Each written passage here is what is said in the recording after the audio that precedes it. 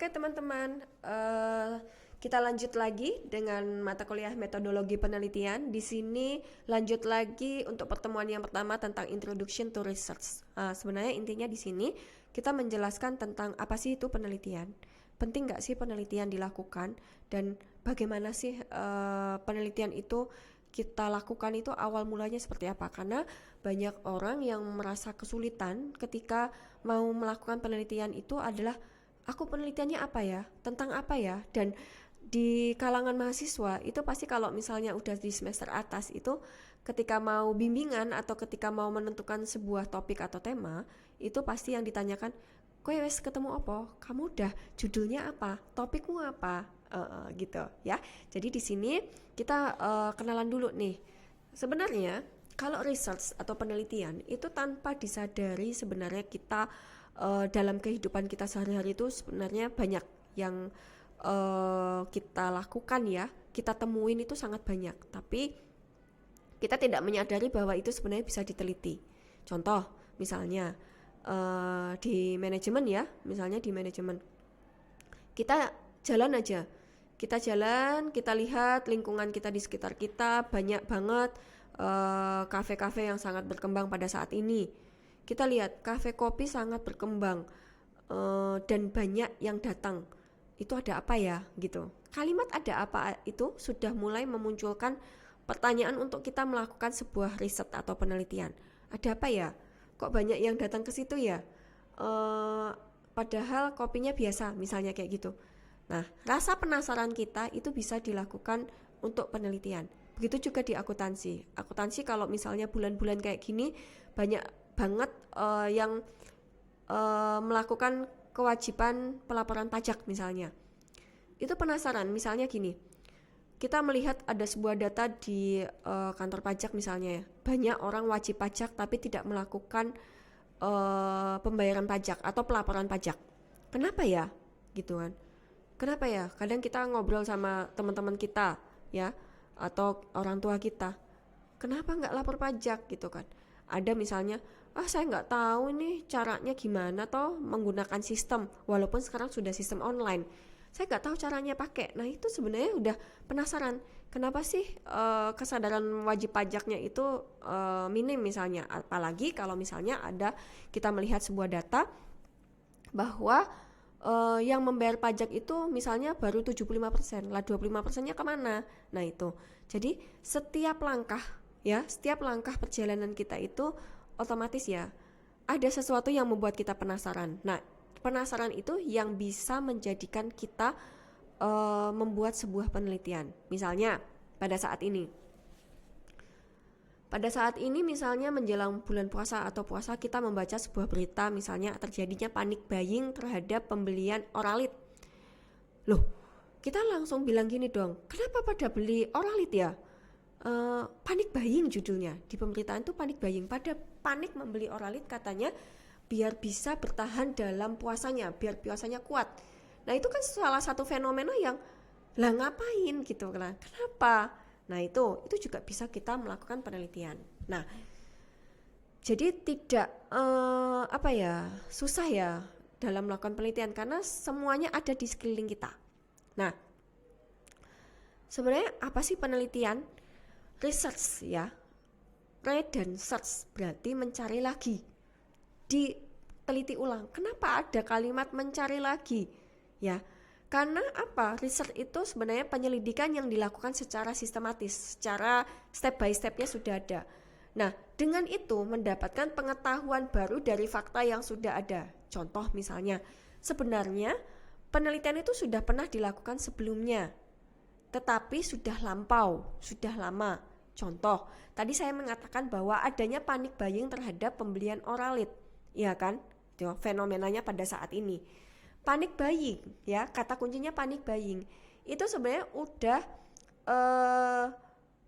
terjadi pada saat pandemi, yaitu panic buying pada saat pembelian susu Bear Brand. Nah itu sudah dilakukan sebelumnya. Nah penelitian yang sebelumnya sudah pernah kita lakukan, tapi dengan dengan tempat yang beda, dengan kasus yang beda. Dulu susu Bear Brand, sekarang Oralit. Nah itu kita bisa melakukan penelitian, fakta di lapangan sebenarnya ada apa sih? Nah, makanya kita temukan lagi pengetahuan yang baru. Nah, pengertian penelitian itu sebenarnya ada beberapa sumber. Kita mungkin sudah tahu tadi kata kuncinya adalah melakukan sesuatu penelitian secara sistematis.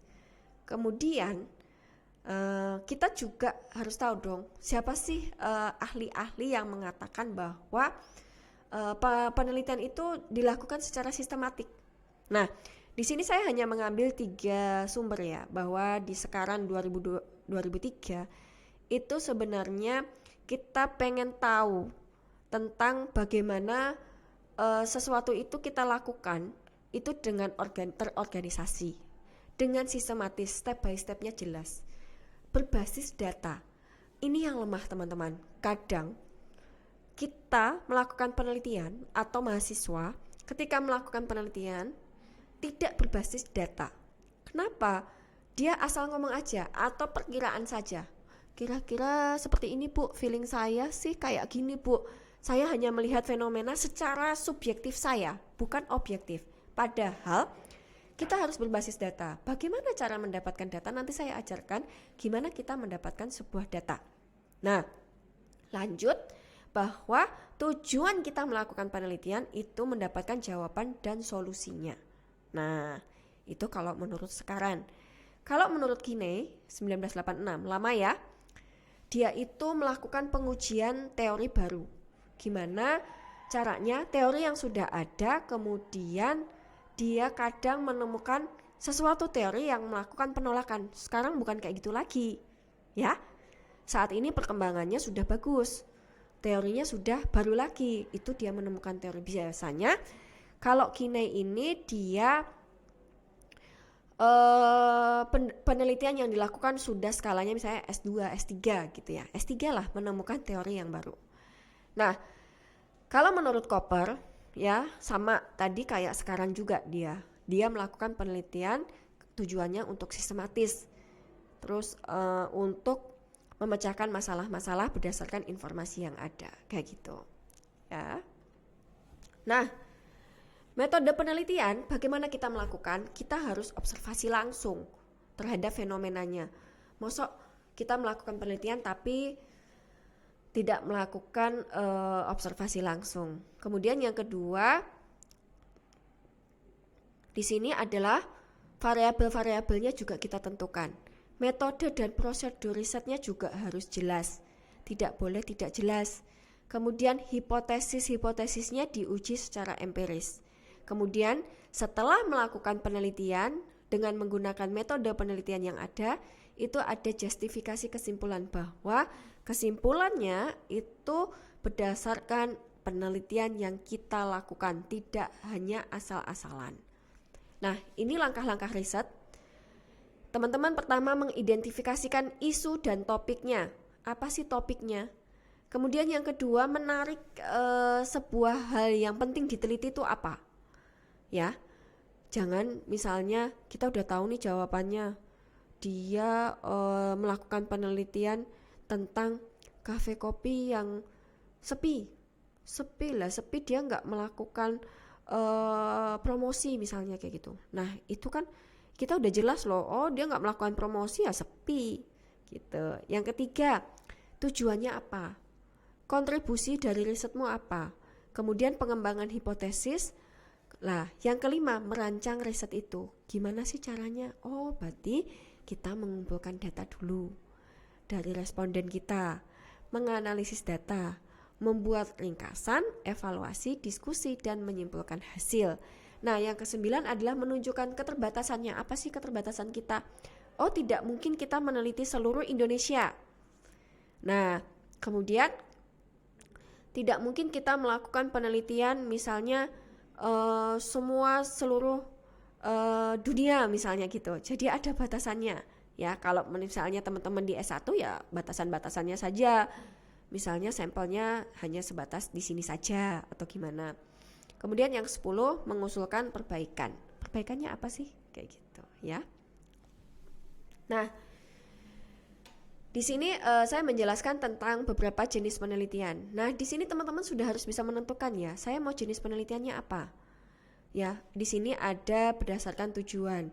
Tujuan itu ada penelitian dasar. Jadi memahami masalah tanpa mengutamakan penerapan langsung. Ya tadi yang saya bilang.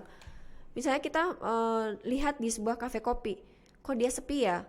Oh, dia nggak melakukan promosi. Ya sudah, berarti kita langsung aja misalnya ngasih tahu, sepi, kamu lakukan promosi dong. Cuman itu aja. Jadi sebatas, jadi tidak mengutamakan penerapan langsung. Ya kalau dia mau lakukan promosi, kalau enggak ya sudah, kayak gitu. Jadi dia hanya basic saja. Kemudian kalau terapan, dia mengatasi masalah yang sedang terjadi, seperti itu ya. Terus yang kedua tentang eksplanasi, penelitian berdasarkan eksplanasi. Ada deskripsi, ada asosiasi, ada komparatif. Kemudian eksplanasi ini secara deskripsi itu penekanannya rasa keinginan tahuan kita. Kemudian kalau asosiasi itu variabel yang saling berhubungan. Itu biasa dilakukan oleh mahasiswa kita. Kemudian yang ketiga, komparatif, itu membandingkan variabel satu dengan variabel yang lainnya. Nah, di sini teman-teman bisa melihat saya mau yang mana, masuk ke mana, deskriptif, asosiasi, atau komparatif. Nah, kalau yang ketiga, ini biasanya adalah penelitian kuantitatif dan kualitatif. Kalau kuantitatif biasa digunakan oleh mahasiswa kita itu melalui pembagian kuesioner. Jadi ada angka pasti. Kalau kualitatif itu berdasarkan pendapat atau sikap, berdasarkan interview di sumber-sumber atau informan yang kita percaya.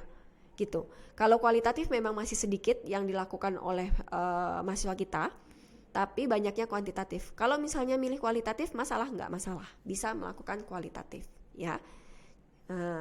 Langkah-langkahnya yang tadi sudah saya jelaskan secara sistematis ya. Nah, yang penting di sini adalah etika penelitian. Ketika kita melakukan penelitian, etikanya adalah yang pertama kita harus santun, izin dulu ke tempat penelitiannya, boleh nggak? Lah Bu, kalau saya mau meneliti tentang UKM di Indonesia, gimana Bu? Izin kemana? Nah, kalau kayak gitu kan kita misalnya mengambilkan data online, itu bisa, nggak apa-apa. Nah, kemudian kita tidak boleh mengada-ngada tentang data. Kita tidak boleh copy paste. Kemudian datanya kalau misalnya nanti hasilnya tidak berpengaruh terus diubah datanya, itu tidak boleh. Kemudian plagiat, contoh sana contoh sini, kemudian dijadikan penelitian kita, itu tidak boleh. Nah, secara etika penelitian itu tidak boleh dilakukan karena akan melanggar peraturan atau etika, ya. Jadi itu teman-teman yang kita harus garis bawahi di sini. Teman-teman sudah harus bisa menentukan apa sebenarnya topik jenis penelitian yang akan kita lakukan. Etika tetap dipegang dan tahap-tahapannya sudah bisa kita lakukan. Mungkin itu sekian dari saya. Wassalamualaikum warahmatullahi wabarakatuh.